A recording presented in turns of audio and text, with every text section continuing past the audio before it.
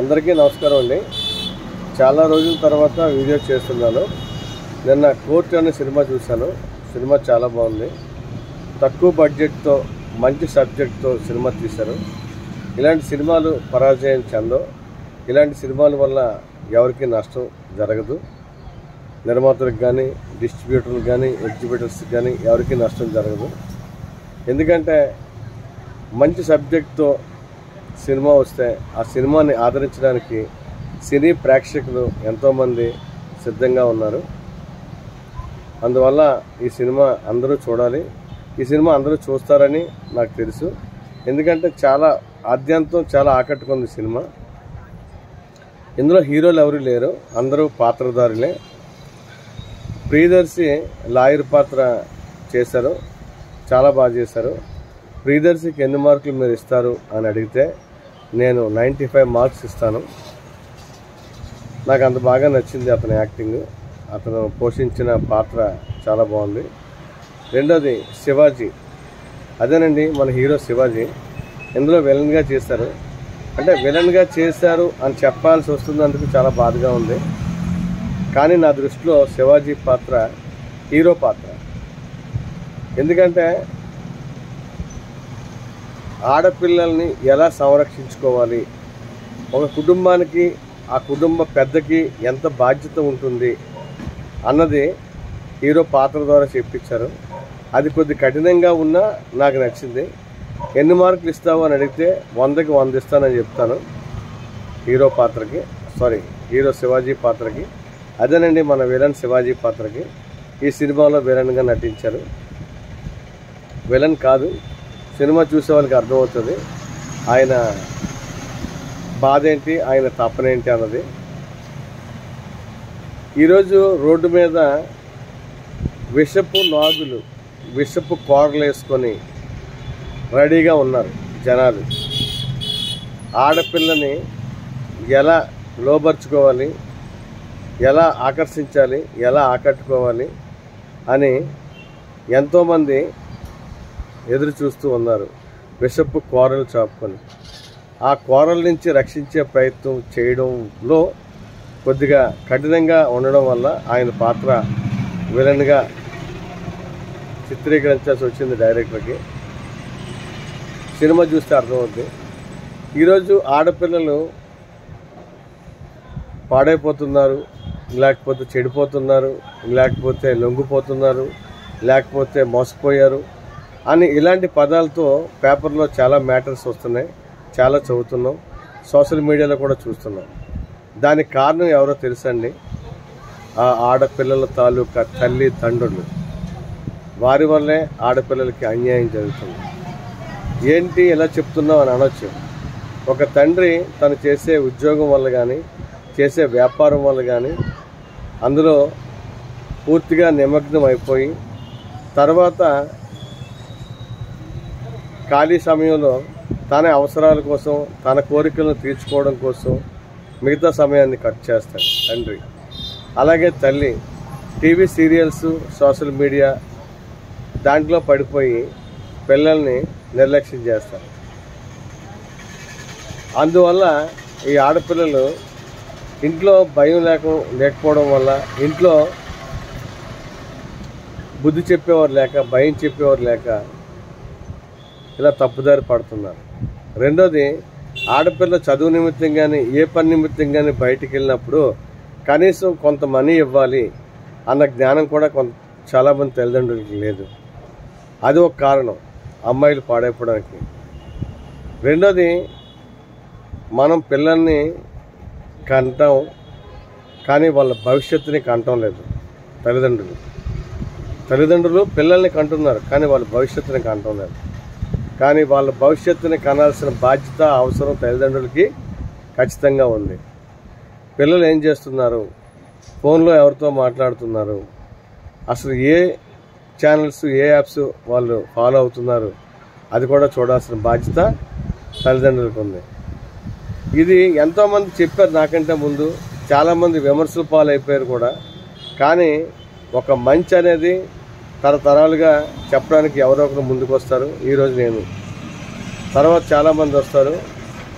అందరూ బాగుండాలనే ఉద్దేశంతో చెప్తారు మంచి విషయాలు. నాకు హీరో అనిపించాడు శివాజీ ఈ సినిమాలో. లాయర్ పాత్రధారి ప్రియదర్శి ఒక డైలాగ్ చెప్తాడు జడ్జి గారితో ఒక కేసు విషయంలో వాదించినప్పుడు. ఒక డైలాగ్ ఉంటుంది, సార్ జనాలకి చదువు రాకపోయినా పర్లేదు, చట్టం గురించి తెలిసి ఉండాలి అని. చట్టం గురించి ప్రతి ఒక్కరికి తెలిసి ఉండాలి. అది తెలిసిన నాడు వాడు ధైర్యంగా కాలు రగరేసుకొని బతకగలుగుతాడు. ఎందుకంటే చాలా సెక్షన్లు ఉన్నాయి, ఆ సెక్షన్లు తెలియక నష్టపోతున్నారు ప్రజలు. అదే విషయం చెప్పాడు, ఖచ్చితంగా సెక్షన్లు తెలియాలి అని. ఇంటర్మీడియట్ చదువుతున్న ఒక అమ్మాయిని, డిగ్రీ చదువుతున్న లేకపోతే ఇంజనీరింగ్ చదువుతున్న ఒక అబ్బాయి, ఆ అమ్మాయి వెంట పడకూడదు. ఇది ఎవరు నేర్పుతారు? ఇది ఎవరు చెప్తారు? స్కూల్లో చెప్పరు, తల్లిదండ్రులు చెప్పరు. ఎవరు చెప్పకపోతే ఆ పిల్లలకి ఎవరు చెప్తారు అని వాదిస్తాడు ప్రియదర్శి. సూపర్. ఎందుకంటే మైనర్ బాలిక మీద చేయి వేసిన, మైనర్ బాలికని అరెస్ట్ చేసిన పోక్సో యాక్ట్ కింద ఆ అబ్బాయికి చిత్రహింసలు పెట్టి 14 సంవత్సరాలు జైలు శిక్ష విధించడానికి అవకాశం ఉంది. ఇది తెలియాలి కదా పిల్లలకి. డిగ్రీ చదువుకున్న, బీటెక్ చదువుకున్న అబ్బాయిలకి ఈ విషయం తెలియాలి. తెలిసిన నాడు అమ్మాయిలు వెంటపడరు, అమ్మాయిలు జోలికి వెళ్తారు. అలాగే సోదరభావం, ప్రేమ, మానవత్వం, ఈ విలువలు స్కూల్లో నేర్పించాలి. కాంగ్రెస్ పాపం కారణంగా మా తరం విద్యార్థులందరూ మన వీరుల్ని గురించి తెలుసుకోలేదు. మొఘలుల గురించి, ముస్లిమ్స్ గురించి తెలుసుకోవాల్సి వచ్చింది. వాళ్ళ గురించే మా సోషల్ మీడియాలో పాఠాలు. ఎంత దారుణం అండి. విద్యాశాఖ మంత్రుల కింద వాళ్ళని నియమించాడు ఆ రోజు నెహ్రూ, ఆ తర్వాత ఇందిరాగాంధీ. ఎంత పాపం అండి. ఈ హిందూ భారతదేశంలో హిందువుల్లో వీరులు, వీరమణులు, వీర నారీలు ఎంతోమంది ఉన్నారు. వారి గురించి చెప్పారా? రుద్రమదేవి గురించి, ఝాన్సీ లక్ష్మీబాయి గురించి, ఇలా కొద్ది మంది గురించే చెప్పారు. మనకి ఎంతోమంది ఉన్నారు. ఈరోజు చావా సినిమా వస్తే కానీ సంభాజీ మహారాజ్ గురించి తెలియదు ఎవరికి. నాలాంటోడు చరిత్రను ఫాలో అయ్యేవాడికి కొంత తెలుసు. కానీ ఇప్పుడు చూసి అందరూ అయ్యో ఇంత అన్యాయం చేశాడు ఔరంగజేబు అని చెప్పేసి గోల్ చేస్తున్నారు. ఇలా మన చరిత్రను దాచేస్తారు. ఇప్పుడు విద్యాశాఖ మంత్రి అయిన లోకేష్ గారికి నేను వినయపూర్వకంగా కోరుకుంటుంది ఏంటంటే, చరిత్ర మన ప్రజలకు తెలియాలి. అలాగే మోదీ గారికి కోరుకుంటున్నాను, అమిత్ షా గారికి కోరుకుంటున్నాను, పవన్ కళ్యాణ్ గారికి కోరుకుంటున్నాను, చంద్రబాబు నాయుడు గారికి కోరుకుంటున్నాను. మన చరిత్రని మన ప్రజలకు తెలియజేయండి. ఈరోజు సెంట్రల్లో బీజేపీ ఉండడం వల్ల బాలీవుడ్లో హిందువులు ఇలాంటి సినిమాలు తీయగలుగుతున్నారు. లేదంటే మనకి జోధా అక్బర్ లాంటి సినిమాలు చూపిస్తారు. మనకు అవసరం అండి. చాలామంది ముస్లింలు ఈ విషయంలో కొంత బాధపడవచ్చు. కానీ దయచేసి మీరందరూ ఒకప్పుడు హిందువులు, మీ తాత ముత్తాతలు హిందువులు, అది కొద్దిగా గమనించండి. మీరు ముస్లింలాగా ఉంటానంటే మా తప్పులేదు, కానీ సోదరభావం ఎక్కడో పోవద్దు. మన స్వాతంత్ర సముపార్జనలో హిందూ ముస్లిమ్స్ బాయి బాయ్ అనే చేతులు కట్టుకొని పోరాటం చేసాం. ఆ బ్రిటిష్ వారి వల్ల అప్పుడే పురుడు పోసుకుంది క్రిస్టియానిటీ. అంతకుముందు ముస్లిమ్స్ ఉన్నారు అంటే బ్రిటిష్ వారి కంటే ముందు మొఘలులు పాలించడం వల్ల ఇక్కడ ముస్లిమ్స్ తయారయ్యారు. అంతకుముందు ముస్లిమ్స్ అనేవారు లేరు. ఇవన్నీ నిజాలు ముస్లిం పెద్దలకి అందరికీ తెలుసు. దయచేసి అందరూ మంచిగా అన్నదమ్ముల్లాగా ఇంతకు ముందులాగా ఉండడానికి ప్రయత్నం చేద్దాం. నాకు ఒక స్నేహితుడు ఉన్నాడు, ఆయన ముస్లిం. అలాగా ఒక బ్రదర్స్ లాగా అన్నదమ్ముల్లాగా వెళ్ళాలి. నేను ఒక టాపిక్ గురించి మాట్లాడుతూ ఇంకో టాపిక్లోకి వెళ్తున్నాను అనుకోకండి. ఇదంతా ఒకే టాపిక్. కోర్టు అనే సినిమా ప్రతి ఒక్కరు చూడండి. సినిమా చాలా బాగుంది. పిల్లల్ని మనం ఎలా సంరక్షించుకోవాలి అన్నది తల్లిదండ్రుల బాధ్యత. అలాగే సమాజంలో స్త్రీకి రక్షణ కల్పించాల్సిన బాధ్యత ప్రభుత్వానిది. నాకు ఎవరైనా ఒక ప్రశ్న వేస్తారనుకోండి, మీకు ఏ సినిమా ఇష్టం అని, నాకు ఫస్ట్ ఇష్టపడే సినిమా ఉప్పెన, రెండో సినిమా కోర్టు అని నేను సగర్వంగా చెప్పగలుగుతాను. ఉప్పెన సినిమా కూడా నాకు బాగా నచ్చడానికి కారణం విలన్ క్యారెక్టర్ చేసిన విజయ్ సేతుపతి గారు పాత్ర. అది కూడా నాకు హీరో ఆయనే, విలన్ కాదు.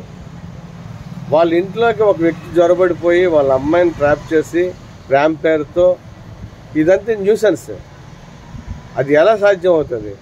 వాళ్ళ తల్లిదండ్రులకి ఎన్నో కోరికలు ఉంటాయి, అది కరెక్ట్ కాదు. ఆయన ఆ హీరో పాత్రధారికి వేసిన శిక్ష నాకు బాగా నచ్చింది. ఎవరింట్లోకి ఎవరు చొరబడిపోతారా అనేసి ఆయన అంగాన్ని కట్ చేయిస్తాడు విజయ్ సేతుపతి. ఇంకా నీ బ్రతుకు జీవోత్సవంలో బ్రతుకు అని చెప్పి వదిలేస్తాడు. అది కరెక్ట్ శిక్ష. అలాగే అందుకే నాకు ఆ సినిమా చాలా ఇష్టం, ఉప్పెన. రెండో సినిమా, ఇందులో కఠినంగా చేశారు శివాజీ గారు అనుకోవచ్చు, కఠినంగానే చేయాలి. కానీ ఆ రకంగా సమాప్తి చేయాలి, సినిమాని ముగించాలి అని చెప్పేసి చేశారు. కానీ శివాజీ పాత్ర చాలా బాగా ఉంది. ఇంట్లో ఆడపిల్లల్ని ఎంత చక్కగా చూసుకోవాలి, ఎంత బాధ్యతగా ఉండాలి, ఎంత కఠినంగా ఉండాలి అన్నది ఆ రకంగా చేశారు ఆ పాత్ర. మెచ్చుకోదగ్గ విషయం. Thank you. అందరూ కోర్టు సినిమాని చూడండి, చట్టం గురించి తెలుసుకోండి. అలాగే ప్రభుత్వాలను కోరుకుంటున్నాను, ప్రజలకి మంచి విద్యని అందివ్వండి, మంచి సబ్జెక్ట్ని బోధించేలాగా చేయండి. Thank you.